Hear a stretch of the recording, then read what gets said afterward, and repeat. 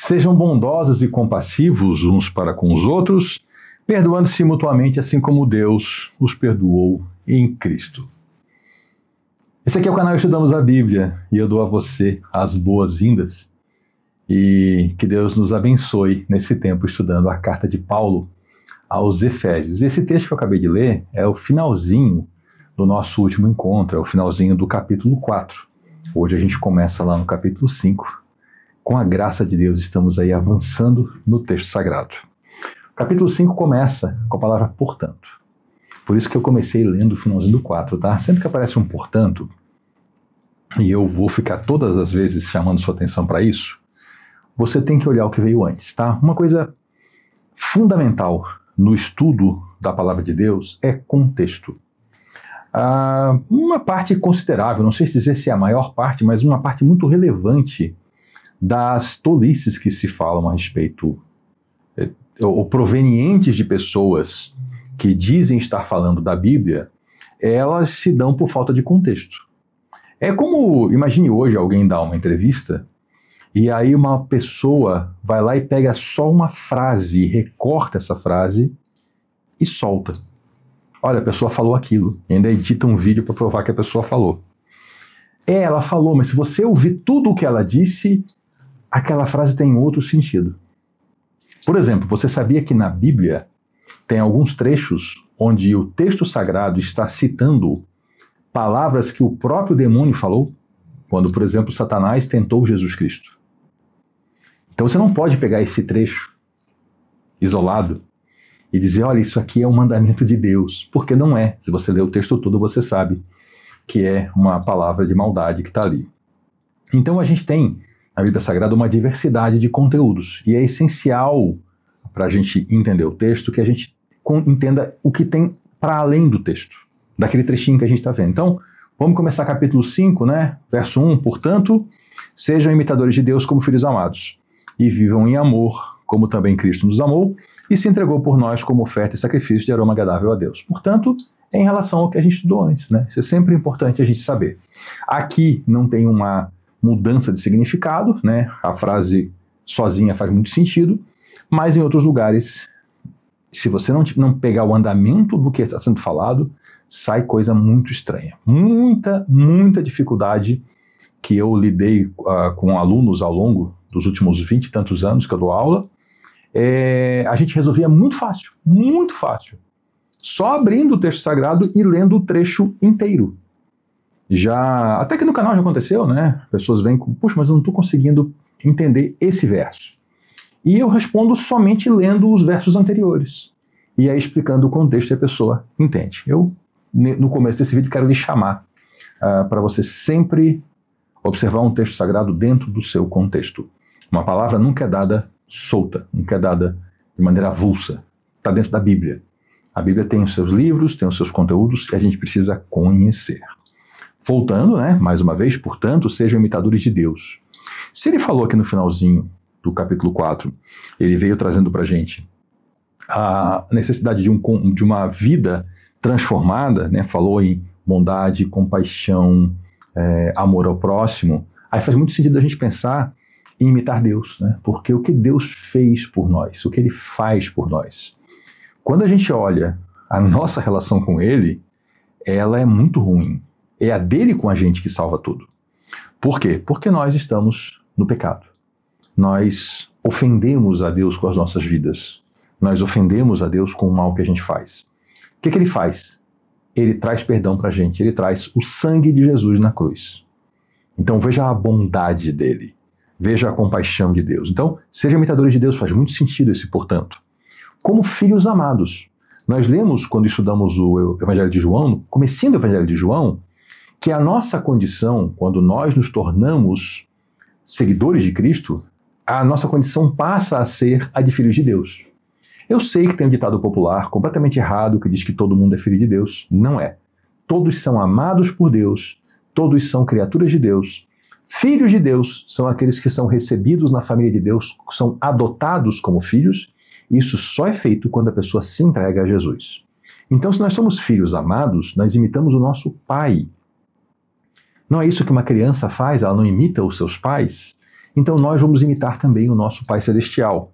E vivam em amor, como também Cristo nos amou. Esse é o grande mandamento, né? Cristo deixou esse mandamento: amem-se como eu vos amei. E a gente tem esse grande pecado de não amar, esse grande pecado de odiar, esse grande pecado de sermos omissos no amor. E aqui vem o ensino: vivam em amor como também Cristo nos amou. E Cristo, ele fez esse amor de forma muito prática e concreta. Não é um sentimento. Não. O amor na Bíblia, ele está muito longe de ser um sentimento no coração. O amor na Bíblia, ele é uma decisão. Tanto que o mandamento amor é mandamento, né? Não é, sintam. Não. Ame a seu próximo, né? E Jesus nos amou, ele fez o quê? Ele se entregou por nós. Nós temos uma dívida impagável com Deus pelos nossos pecados. Jesus foi lá e se entregou no nosso lugar, pagou nossa dívida. Ele se entregou como oferta e sacrifício de aroma agradável a Deus. Se você não conhece um pouco de cultura judaica, você olha para esse verso e pensa: o que é essa história de aroma agradável? Eu lhe explico. Paulo estava escrevendo para uma comunidade que é a igreja de Éfeso. Paulo é o apóstolo, né? O Saulo do livro de Atos, que foi tomado por Jesus no caminho de Damasco, virou apóstolo, passou a ser conhecido como Paulo. E Paulo, numa das suas viagens missionárias, depois que ele passou por Atenas, passou por Corinto, ele foi para Éfeso, enquanto Apolo ainda estava lá em Corinto. Isso é lá pela altura do capítulo 19 do livro de Atos. E aí, quando ele chegou lá, ele encontrou alguns discípulos. Só que ele não encontrou uma igreja. E esses discípulos, eles eram ainda de uma forma bem inicial do cristianismo. O batismo que eles conheciam era o batismo de João. Eles nem conheciam ainda o batismo da igreja. Eles ainda eram daquela fase ali onde João ministrava, Jesus também. E aí Paulo avançou com esses irmãos no conteúdo sagrado, a vida do Espírito Santo. Ele foi pregar e aí formou-se uma igreja, né? A igreja em Éfeso. E essa igreja foi formada também por judeus, como era natural em todos os lugares. Às vezes não num primeiro momento, mas sempre tinham judeus que abriam os olhos e entendiam: ei, esse Jesus que Paulo prega é o Messias prometido para Israel, é por esse que nós aguardamos. E essas pessoas também faziam parte da igreja. Então a igreja primitiva, ela tinha uma cultura muito plural. As pessoas ali, enquanto o corpo de Cristo, elas trocavam as suas experiências, as suas ideias, as pessoas conversam, é natural isso, né? Então nós tínhamos pessoas de origem judaica, mas também pessoas de origem da cultura greco-romana.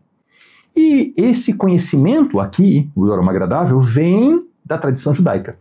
Porque quando era feito lá no templo em Israel, que não existe mais desde os anos 70, quando eram feitos lá os sacrifícios, qual era a ideia? A ideia ali era de uma refeição sagrada, partilhada entre Deus e o povo. O povo era representado pelo sacerdote. Então o animal era morto, e esse animal, uma parte dele era queimada sobre o altar, e uma parte era comida pelo sacerdote. Qual era a ideia ali? A ideia é que subia para Deus a fumaça do sacrifício. E essa parte que subia era chamado de aroma agradável. Era um sacrifício oferecido a Deus, então Deus se agradava daquele gesto do povo entrando em comunhão com ele. Tudo são figuras do Antigo Testamento, são formas que Deus criou e ensinou ao povo para apontar mais tarde para a cruz, para Jesus Cristo. Você percebeu que uma conexão com a ceia do Senhor? Quando nós, povo de Deus, nos reunimos e recebemos o corpo e o sangue de Cristo e temos uma refeição sagrada onde nós recebemos o Senhor, sim, tem aí uma pré-figuração lá que a gente já pode enxergar no sistema sacrificial do Antigo Testamento, onde sacrificavam animais e depois Cristo sacrificou a si mesmo. Então, sim, tem uma conexão. E aí Paulo fala que Jesus, quando se entregou, ele se entregou como um sacrifício perfeito. Então, ele se entregou como oferta e sacrifício de aroma agradável a Deus. E aqui ele está apontando para os sacrifícios do templo. Jesus foi o sacrifício perfeito. Se lá no templo se queimava uma parte do animal e havia então uma refeição sagrada, né, entre Deus e o sacerdote, Cristo, então, ao se entregar na cruz, ele é o sacrifício perfeito, que também é de aroma agradável a Deus. É aqui uma metáfora para se referir ao sistema sacrificial. Para a igreja primitiva, repleta de tradições judaicas, ainda que só uma parte fosse judeu, isso aqui fez pleno sentido. Entre vocês não deve haver nem sequer. Isso aqui é muito importante para a gente, tá? Eu quero chamar sua atenção para esse trecho aqui porque mais atual impossível. Entre vocês não deve haver nem sequer menção, não é nem para mencionar, nem para citar, de imoralidade sexual, como também de nenhuma espécie de impureza e de cobiça, pois essas coisas não são próprias para os santos. Você que entregou sua vida a Cristo, você que é parte da igreja, eu que entreguei minha vida a Cristo, todos nós que somos parte do povo do Senhor, entre nós não deve ser nem mencionada a imoralidade sexual, quanto menos gracejos, conversas sujas, piadas de mau gosto. Isso não tem nada a ver com o povo de Deus. Quando Paulo fala aqui os santos, ele se refere àqueles que separaram as suas vidas para Cristo. Todos nós. Não está dizendo pessoas perfeitas. Somos nós. Esse tipo de coisa não é apropriado a nós. Só que não é só a imoralidade sexual, mas também nenhuma espécie de impureza. Sabe qual é a ideia de impureza? Aqui vem de diversas coisas antigas do comércio. Nós podemos pegar aqui um exemplo, uma bebida como vinho, ou o próprio azeite, né, feito lá das olivas, ou podemos pensar em diversas formas, até mesmo uma farinha, alguma coisa assim. Muitos desses produtos são adulterados. Eles não são puros. Eles têm impureza. É colocado algo para aumentar o volume e aí fazer uma trapaça. Por exemplo, né, hoje no comércio a gente tem que cuidar ao adquirir azeite de oliva. Por quê? Porque tem azeite de oliva que é adicionado ao óleo de soja. Então já não é mais o puro azeite de oliva, ele já é impuro. Então a ideia aqui de impureza é, na vida cristã, coisas que se misturam e tornam a vida cristã não mais uma vida cristã. Tudo isso deve ser afastado. E também, olha só, a cobiça. Isso aqui é muito importante porque nós vemos um movimento de pastores, especialmente pastores de internet, que estimulam a cobiça, que fazem as pessoas se voltarem para esses ministérios por causa de cobiça. O que mais é atiçado é a cobiça, é a ganância. As pessoas não estão indo para Cristo em busca de perdão dos seus pecados. Elas estão indo em busca de realização material e financeira. Isso é cobiça. É olhar para as coisas e dizer, é isso que eu quero, é aí que está meu coração, é o foco da minha vida. Cobiça e ganância estão ali andando juntos, né? Então isso é importante para a igreja hoje. Isso não é próprio dos santos. A igreja não diz que é errado ser rico, mas fala que existem muitas tentações para a gente cuidar com isso. Jesus Cristo falou que era impossível para um rico entrar no reino dos céus, se não fosse a atuação de Deus. Porque para Deus nada é impossível. Ele disse que era mais fácil passar um camelo pelo buraco de uma agulha. Ainda que muitos tentem dizer que isso aí era um portão em Jerusalém. Não era, tá? Nós já estudamos isso nos evangelhos. O portão em Jerusalém ele foi feito na Idade Média, para homenagear essa parábola.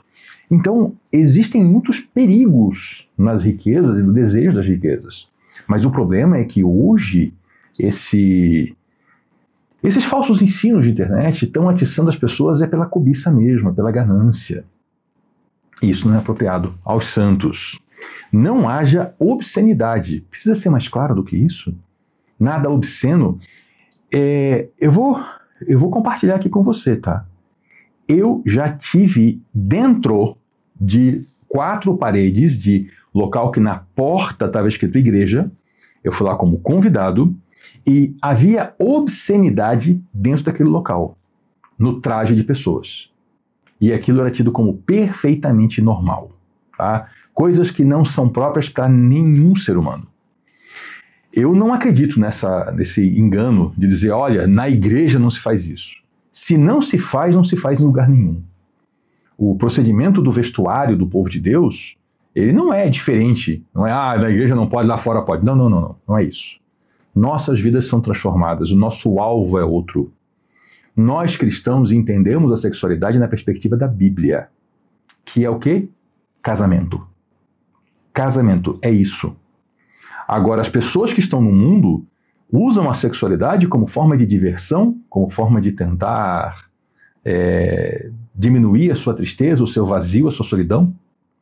E quando as pessoas vão para o corpo de Cristo, elas precisam ser discipuladas e ensinadas que isso não é mais próprio do povo de Deus. Agora, eu já fui num lugar em que os trajes que eu via, eles eram obscenos para qualquer ambiente e aquilo era tratado com naturalidade. Era uma comunidade que eu visitei certa vez e outras coisas depois aconteceram com essa comunidade, não é o caso aqui, mas não haja obscenidade. Isso não pode ser tolerado como parte da vida. Não é de ninguém. Isso não é parte da vida do ser humano. Isso é parte da decadência. A obscenidade é parte da decadência, não é parte da humanidade.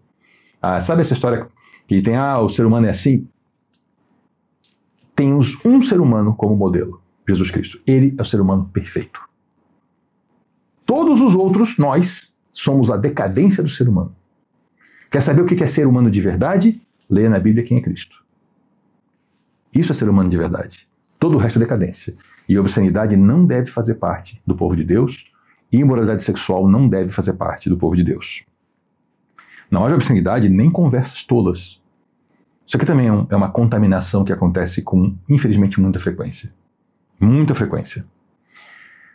Nem gracejos imorais, as piadinhas indecentes, que são inconvenientes. Mas em lugar disso, ao invés disso, ao contrário disso, que haja o quê? Ações de graças, agradecimentos a Deus. Ocupe os seus lábios falando coisas boas. Ocupe os seus lábios agradecendo a Deus pelo que Ele faz por você. Em primeiro lugar, pela salvação. Agradeça pela comunhão que você tem. Se você está no meio de um grupo de pessoas que a conversa é isso, é obscenidade, gracejo, você está no grupo errado. Não é esse grupo que você pertence. Agora, se esse grupo está dentro da igreja, aí é a hora de uma intervenção. É hora de uma intervenção para corrigir esse rumo, porque isso não é próprio do povo de Deus. Porque vocês podem estar certos disso. E aqui agora vem uma verdade incontestável da palavra de Deus. Eu e você podemos estar certos disso. Nenhum imoral ou impuro ou ganancioso que é idólatra, a ganância é a idolatria, tá? A ganância, essa relação completamente distorcida com o dinheiro, é idolatria. Tem herança no reino de Cristo de Deus? Não tem. Esse estilo de vida incompatibiliza a pessoa ao reino de Deus. Então, se você está seguindo um pastorado que está incutindo em você a ganância, cai fora disso. Procure uma igreja de verdade. Porque a ganância é idolatria. É colocar mamon no lugar de Deus. Isso é tão intenso que Jesus Cristo nomeou, ele falou o nome desse ídolo, desse demônio, que ocupa no lugar de muitas pessoas o lugar de Deus, como uma divindade, e que representa o quê? O dinheiro, as riquezas. Então veja que o dinheiro pode ser um escravo, pode ser um servo, pode ser uma ferramenta, ou pode ser o seu Deus. É você que escolhe o que acontece. Jesus Cristo deu nome para isso aqui. Então quem tem ganância, quem está o tempo todo, está lá na igreja e seu pensamento está voltado para bens materiais e acha que Deus ali é o provedor de bens materiais, e não entendendo que Ele é o provedor de salvação, e que bens materiais são bons, mas são transitórios, quem está na ganância não tem parte no reino de Cristo e de Deus. Dou uma pausa por aqui para a gente tomar depois essa conversa no nosso próximo vídeo. Obrigado pela sua companhia. Se o material foi bom e ajudou, revise, passe para alguém e ajude alguém também. E aí você volta no nosso próximo encontro para a gente continuar estudando o texto sagrado. Até daqui a pouco.